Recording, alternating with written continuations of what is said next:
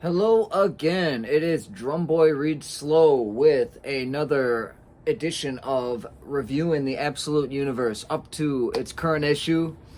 All the titles other than Absolute Green Lantern. I'm just putting it out there. I did not collect that one, but 5 of the 6 titles so far I have collected up to their current issue, and today's episode is going to focus in on Absolute Flash by Jeff Lemire. I actually happen to be a bit of a Jeff Lemire fan.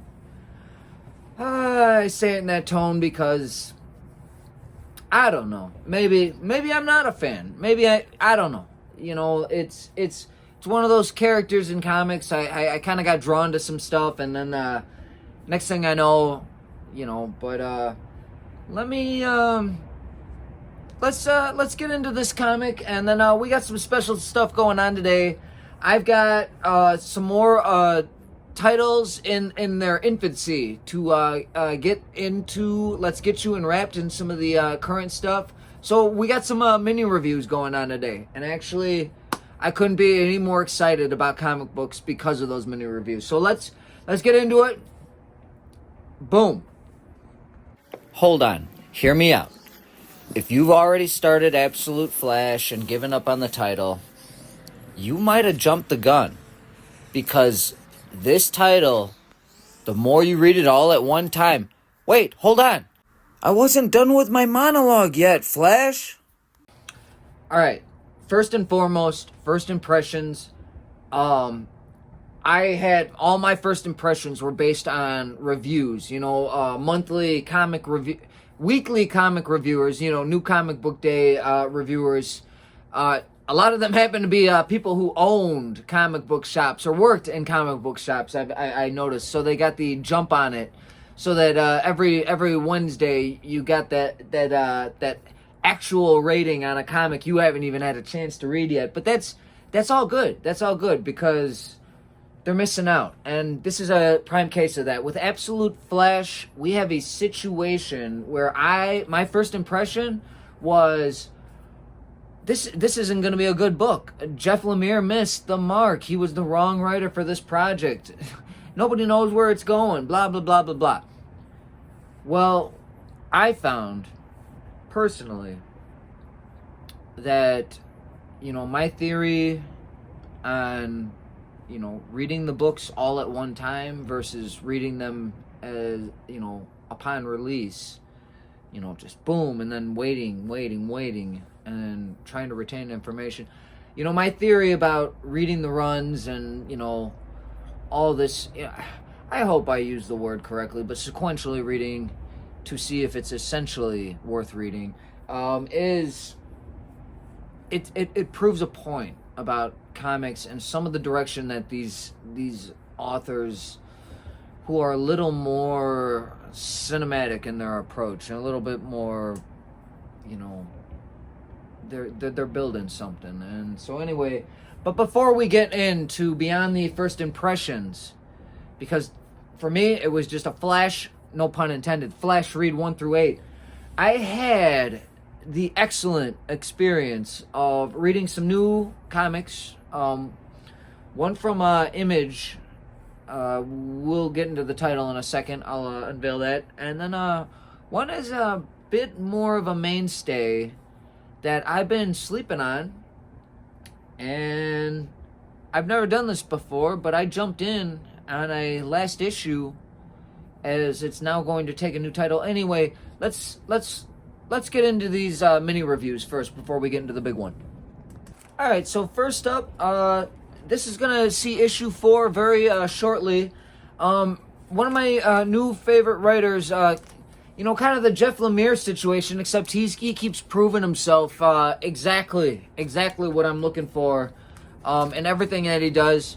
We got Escape, the newest one by Rick Remender, author of The Sacrificers. I've also been collecting Napalm Lullaby, but I think I'm only about 3-4 issues in that. I've just been compiling them. I'm not a fan of the release times, but this has been a little bit different. This has been coming out pretty consistently. Escape by Rick Remender with art by Daniel Acuna. this is, they don't come out and say it, but this is very World War II. Without ruining anything, this is just excellent in every way. Think like getting yanked in like Saving Private Ryan in issue 1, but I mean he didn't. He came up with his own thing. He did his own thing, and I really enjoyed it. Issue 2, you know, that was the one that kind of tipped me off. A lot of reviewers were like, check out Escape, this is good. You know, I had to go back and recheck. Issue 1, for me, I'm an action comic guy. Issue 1 was it. Issue 2 built things up, kind of told the backstory of our main character. And issue 3 definitely ramped things up. You know, the story, the tone, what we're going to see is kind of set. But so long and short, all the characters are animals. Rick Remender's done this before in previous works. But the... you know, like they're humanoid animals, but one clearly is kind of coming off like, you know, the like the Germans, I guess, and they're bats. They're all bats. And the one that kind of seems kind of, you know, like American and British in another case is they're like dogs. And in any regard, what we have is a situation where there's a critical mission in play. They succeed in a way, but they don't quite get it. And it becomes a situation where there's a stranded soul on enemy lines, and, well, to say the least, he has no intention of fleeing. He's there to complete the mission, and it's pretty manly stuff, to say the least. I'm impressed. I'm absolutely impressed. Issues 1 through 3 so far. I mean, if you're, you know, like rating it on the independent comic scale, where you know you're not really looking for, you know, like your standard run of the mill stuff, this is pretty quality. And I mean, this actually kind of hits that standard run of the mill, you know, action hero stuff anyhow. I mean, I think this kind of hits it on all levels. The artwork is exceptional. If you don't like, you know, the animal factor, well, then you're missing out. And Escape rules. 5 out of 5. It's gotta be in your next weekly poll. All right, shut up. All right, next up for a mini review. I've never done this with a comic before, and just jumped in at a random number, other than like very, you know, like I guess how I jumped in with the 80s, like Uncanny and Detective Comics and Batman, you know, to just try and jump in at an era that just spoke to me more and spoke to me why I liked X-Men and why I liked Batman. I have read some Incredible Hulk. This would be the conclusion of what is considered Volume 4 of the Incredible Hulk. This credits due. Thinking Critical, they have a weekly show where they go through their picks of the week, along with a, you know, a little bit of commentary on something that got released during the week, usually something negative. But I like Wes's stuff. I think it's Wes and Drew on that show usually. And I have to say, thank you guys for tipping me off to this incredible issue. I bought it on a whim. The artwork was amazing. The issue was one of the fastest reads I've done all year. This was just perfect. This is perfect. And to know that Philip Kennedy Johnson has been responsible, for so much Hulk in such a sequential way for so long. I got some stuff to do, and then so I got some back issues to buy. But then the reason I'm kind of showing this off, you know, at my store there was a stack of about like 20 of these still sitting there, and I was so glad. I'm not happy that it doesn't look like it's selling properly, but anyway, we got, you know, something coming up here with a new title, the Infernal Hulk, and I'm hoping that it's going to continue to be our guy, Mr. Johnson, Philip Kennedy Johnson, because this was awesome, and I'm actually, I mean, this is what a comics is supposed to do, is, you know, pop open an issue at, you know, Legacy 811, or in this particular volume, you know, the final issue of 30, and decide for yourself that, you know, for me, it's, I'm going to go check out, you know, if I can find a compendium of Immortal Hulk, and then get all the trade paperbacks, or go on, you know, like Marvel.com or whatever, and read all of this run. I am going to be going to get Infernal Hulk, I can tell you that much. My interest is piqued. I haven't been this interested in a Marvel book in quite some time, so cheers. I'm very happy with this. I'm very happy with the record. Thanks for playing. So, getting into Absolute Flesh, I talked about my first impressions was totally like satellite, like totally me on the outside, you know, remotely, you know, just hearing what other people had to say. I was kind of nervous about it, and I probably wouldn't have read it if I hadn't started this channel with the intent of, like, actually getting through these runs and giving, you know, some feedback on them. And this would have sucked. 100% would have sucked if I had read them each month. It would have been a no-go for me, because I would have felt like I would have had to go back and reread all the other issues to get myself into it. And sorry, I had to adjust the heater. I'm cooking here. This, though, as a sit-down read, like, cite my my mini little Incredible Hulk issue 30 review I just did. It was a fast read. Every issue just went maybe intentionally so. Maybe that was an artistic intent, because it's the Flash after all. But this was an experience I like. It's still a little early. I'm not even fully sure if Wally West's powers have been fully explained, but what I've seen so far, it almost feels like he's Flash, Reverse Flash, and also a little bit like Rogue or something at the same time. It's pretty cool. It's definitely something worth to check out.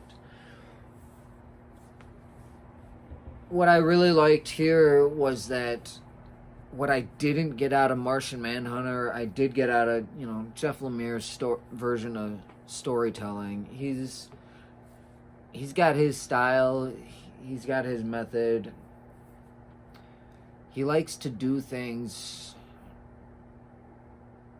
in a very, I don't want to say pretentious. He's not pretentious, but he just wants to do everything in a, like, kind of an original way, and I can appreciate that. It didn't feel forced here.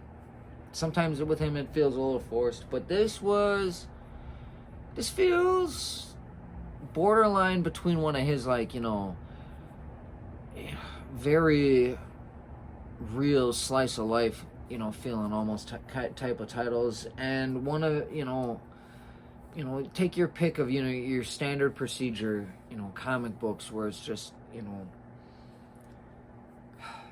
I'm not sure what I'm trying to say, but the general tone is kind of a mixture of multiple things going on. And who is, like, the main character of a particular issue sometimes changes, not too much. It's mostly Wally, but we've had some very interesting issues here where it was more about building the world around our current Flash. And I really appreciated that.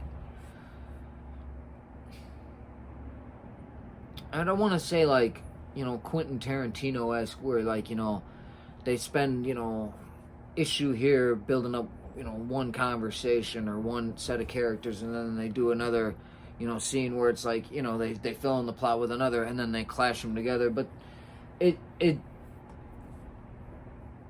like vaguely kind of reminds me of that when they change who's, the central focus. But it makes the world that this is all taking part in feel more full, feel more connected. The normal Flash's rogue gallery, his regulars, it's kind of turning into a similar situation with Absolute Batman, where it's a little bit maybe the reverse going on. I don't know if I want to give away too much, but I think their new representations and how they look in this, they're fine. I'm a little Captain Boomerang isn't quite Captain Boomerang, but maybe he'll get there. I'm a little disappointed with that, but more or less, they're not exactly bad guys. And I don't know if that's going to change or if they're going to become good guys or what. That's kind of what's interesting about this. But the key thing here, the key takeaway is, if you've given up on this book, you might want to take another look. Because I suspect that what you needed to do was just read it in a flash. Pun intended. That's it. I mean, Okay, cool. That's it. Get to the scores. I kind of feel bad trying to, give it a rating based off of 8 issues. Somewhere in, like, the safe 7.5 to 8.5 range for now. I think Jeff Lemire has done a pretty good job. I think the artwork has been mostly consistent. Or has, I believe... Yeah, there was at least 2 issues with a stand-in artist. It wasn't too bad. Depending on how you feel, maybe this isn't your style. You could shift this score to, 6.5 to 7.5 if you want. I mean, it's variable enough. But this isn't unflattering to the Flash. This isn't unflattering to the Absolute Universe. To be quite frank, That's enough. We'll call you if anything opens up. And I think a Flash fan, if you're in to the Flash and you thought this was like a lame gimmick, it's only 8 issues in. Grab it.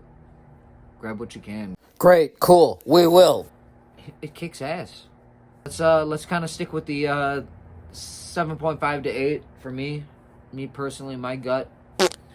And yeah, I'm keeping this review a little bit short, because what kind of review about the Flash would be worth a dang thing? Wait, what? I don't really want to ruin it. I think explaining it, when I heard reviewers explaining it, it chased me away. It made me want to read it less and less and less. I want you to read this on your own. Oh. I want you to go, Jeff Lemire is a creative guy. Lemire is a creative guy. He might rub me wrong, a little bit wrong. He might actually kind of catch my attention. Give it a shot. You're not going to know by issue 3. You're not going to know by issue 4.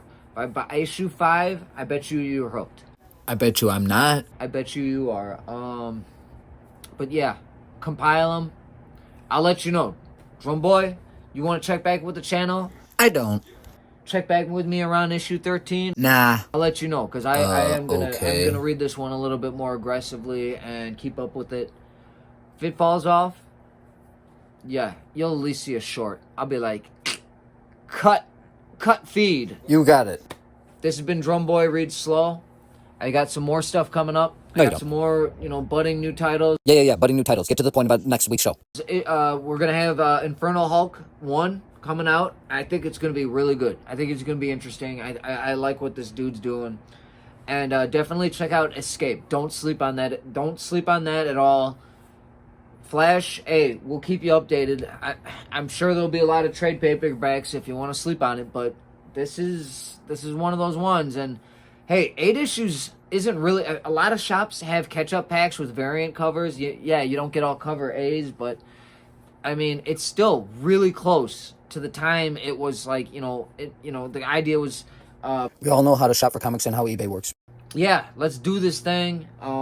Get yourself a catch-up pack of Flash, rebuy the issues you already sold back. It's good. It's getting good, and yeah, It's worth some shelf space to check out down the line when you know it's all complete and Drumboy hasn't axed it. All right, thank you again, and please like and subscribe if you haven't already. I know I got a small little group of subscribers. Thank you guys. But yeah, I still wanna get more involved with the comic community and hear what everyone else is thinking. Don't let me sleep on titles like the Hulk. Tip me off. I'm kind of fresh as a daisy with this thing. I'll admit it. I had like a 20-year break from comics, and it definitely about 5 years ago, it definitely opened my eyes up that you never outgrow what you love, and so this has been incredible actually. Finding out that today's creators, some of them pull off yesteryear, and I'm all for it, and I'm also all for some of them pulling off today, right now, because this is the perfect time to write the best comic a person's ever read. So let's keep doing this, and I hope you find the comic today that you always wanted to read, and until next